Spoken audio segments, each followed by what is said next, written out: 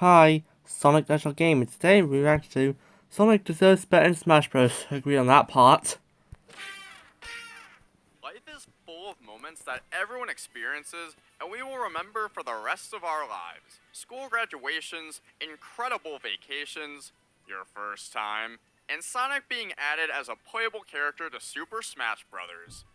Maybe that last one is just me. The fastest thing alive was added to the Brawl roster on October 7th, 2007, and my 11-year-old eyes just couldn't believe what they were seeing on my parents' home computer. You're telling me that I get to play as my favorite video game character in my favorite video game franchise? December 7th, I mean February 10th, I mean March 9th couldn't come soon enough. The fact that Sonic made it into Brawl and has continued to appear in every Smash game since is a dream come true for me that I will always be thankful to Sakurai and the dev team for. Not to mention the Sonic franchise's song selection in Smash is great, has an ample supply of spirits and Ultimate, and even has a couple assist trophies as well. Oh, why should I be those two though? I just want to make it clear how thankful I am that Sonic can smash it all before I complain for the next 10 minutes. When Sonic fans talk about Sonic's underwhelming representation in Smash, they often focus on his moveset. It's painfully boring, don't get me wrong. We'll get to that, but there are other aspects of the Sonic franchise in Smash that are disappointing that I don't see people talk about very often. First, we gotta address the talking anthropomorphic elephant in the room by asking how does the Sonic franchise not have another playable character in Smash yet? Sonic is the longest tenured third-party rep in Smash history, but he's still the only Sonic character on the roster. It would be one thing if every third-party franchise only received one character slot, but Ultimate's character additions and Sonic's continued lack of a second character doesn't add up anymore. Sure, it may be Castlevania's first game in Smash, and they're already the first third-party franchise to get a second fighter, but hey, it's fine, you know? It's just an Echo fighter, and Sonic will probably get one next. Okay, it looks like it was Street Fighter instead, but I guess that makes sense, you know? And as the original Echo fighter to Ryu and all that, but you know who hasn't been shared yet, and who's basically an Echo fighter in his own game? Shadow the Hedgehog. With the introduction of Echo Fighters and Knuckles' alleged replacement of Shadow as an assist trophy, the ultimate that's the game. Life forms seemed like a no-brainer to be included as an Echo Fighter for Sonic. Shadow's first appearance in Sonic Adventure 2 literally revolves around the plot of Sonic being mistaken for Shadow, waiting until right before Ultimate's release to show that Shadow was once again an assist trophy just had to be another Sakurai troll. First you had Incineroar as a playable character that day, and now you're treating Sonic fans like a girl you've been leading on for a month too long. Not cool, Sakurai. But what really got me was when Sephiroth was added to the roster as a second full-fledged character for the Final Fantasy franchise. That's awesome! But why did they get another character and Sonic hasn't That's yet? me. You're telling me final only 2 songs in Smash Fantasy 7 and Square Enix were easier to work with than Sega to get a second fighter in the game? Sega has a very friendly relationship with Nintendo nowadays to the point that they've created multiple Sonic titles exclusively for Nintendo consoles. So what's the problem? How is a franchise full of beloved characters and Zavok still without a second rep in the game? Sega still owns the rights to Bayonetta and is the parent company of Atlus that creates the Persona series, so maybe Nintendo would rather celebrate some of Sega's other IPs than add another Sonic character to the roster. Or they might not think that this deserves another roster spot. Regardless, Sephiroth and even Steve's additions to the roster in Fighter Pass 2 actually give me hope that we could get a second Sonic rep soon. Both Square Enix and Microsoft had one fighter added in each pass, with Hero and Banjo being included in Fighter Pass 1. Square got 2 actually. An indicator of third-party companies receiving one fighter in each pass. Debunked. So inclusion in I told them Fighter that Pass Smash 1 of could course. mean that Sega has another fighter on the way soon.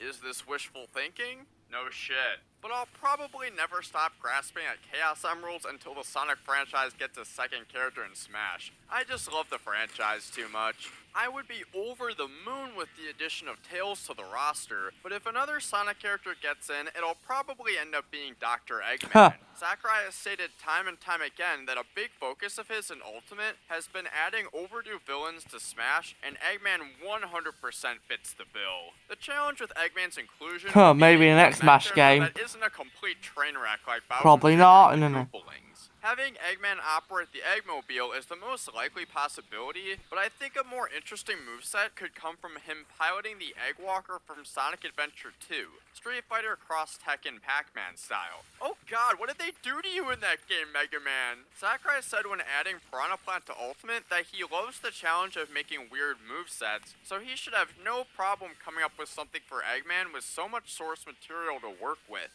What makes the Sonic franchise having only one character in Smash even more confusing is that the franchise has 2 stages in the Two? game. Poor Rob can't even get one! Green Hill Zone goes hand in hand with Sonic, so that's a must to have in the game, but the other stage being Windy Hill Zone from Sonic Lost World is a problem.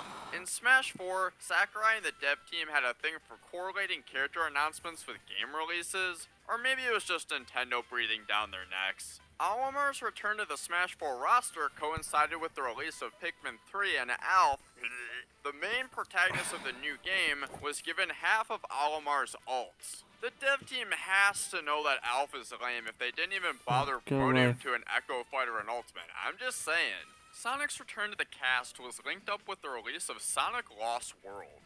Do you know anyone that likes that game in 2021? And it's 2023, so Like Sonic Lost better World, than the Sonic Windy Boom, in my Hill Zone opinion. stage is okay, but the product is pretty haphazard overall. Stages with slopes are rarely good, and the windmill right next to the blast zone on the right side is just begging to get camped on. Stage design aside, continuing to include Windy Hill Zone in Ultimate feels as outdated as continuing to include the Spirit Train stage. Yeah, I forgot that's a stage 2 when the Zelda franchise already has 8 others. It's great that Sonic gets to have 2 stages, but Windy Hill Zone should be replaced with a more iconic part of Sonic history. Or maybe the Star Sky 4 1, the Star 4 Sanctuary, Island from Sonic City Frontiers, Escape, maybe? Rooftop Run, or the Death Egg if Eggman is added as a playable character would all be great picks. Hell, I'd even take a Sonic 06 stage over Windy Hill Zone, since that game has had a bigger impact on the Sonic franchise. For better or for worse. Regardless, if content needs to be cut in Smash 6, then replacing or just removing Windy Hill Zone should be high on the list.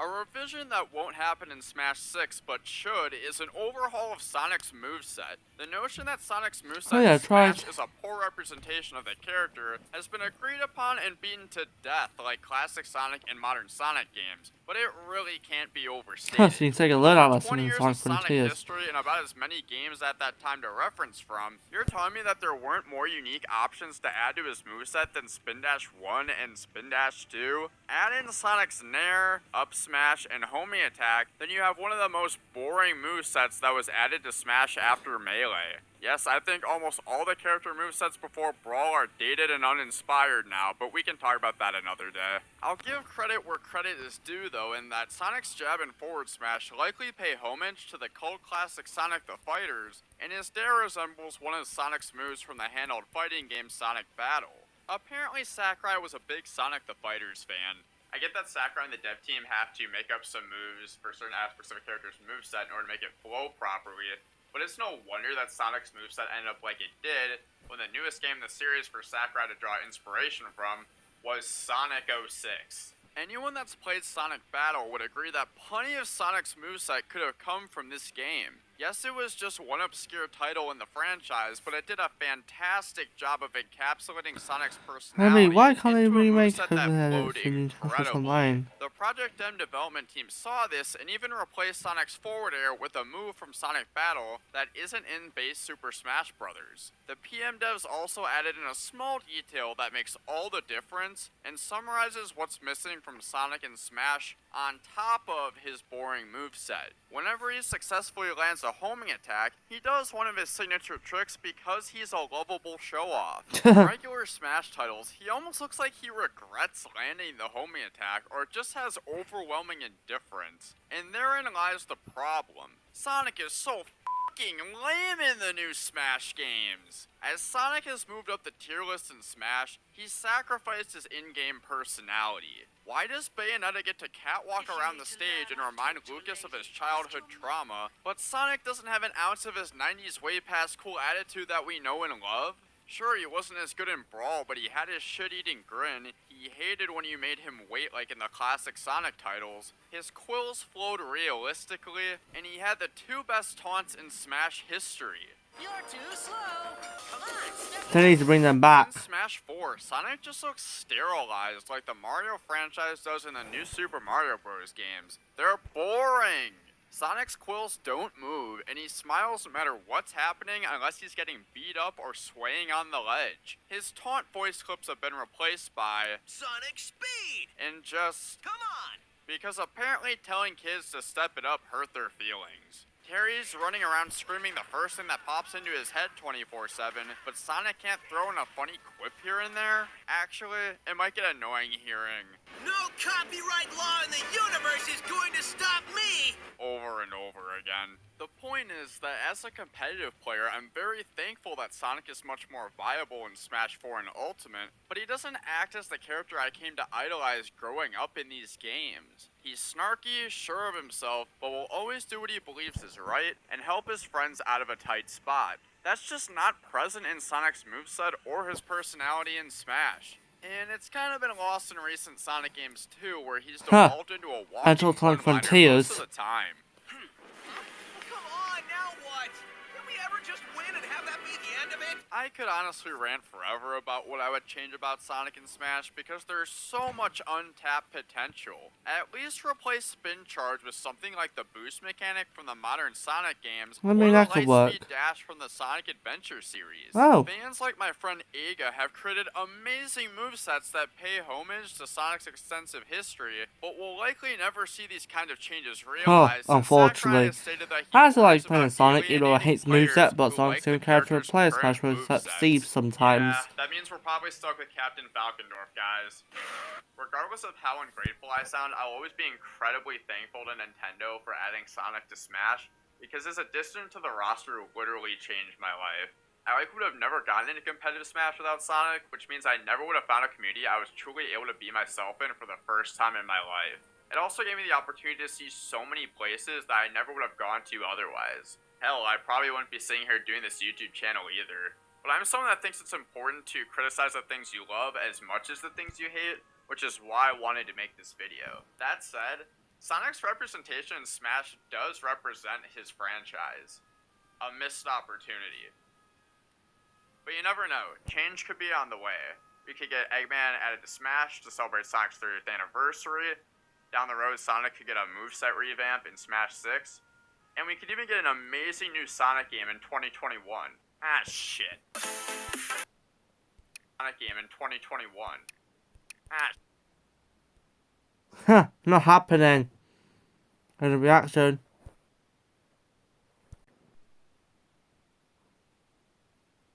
And a reaction.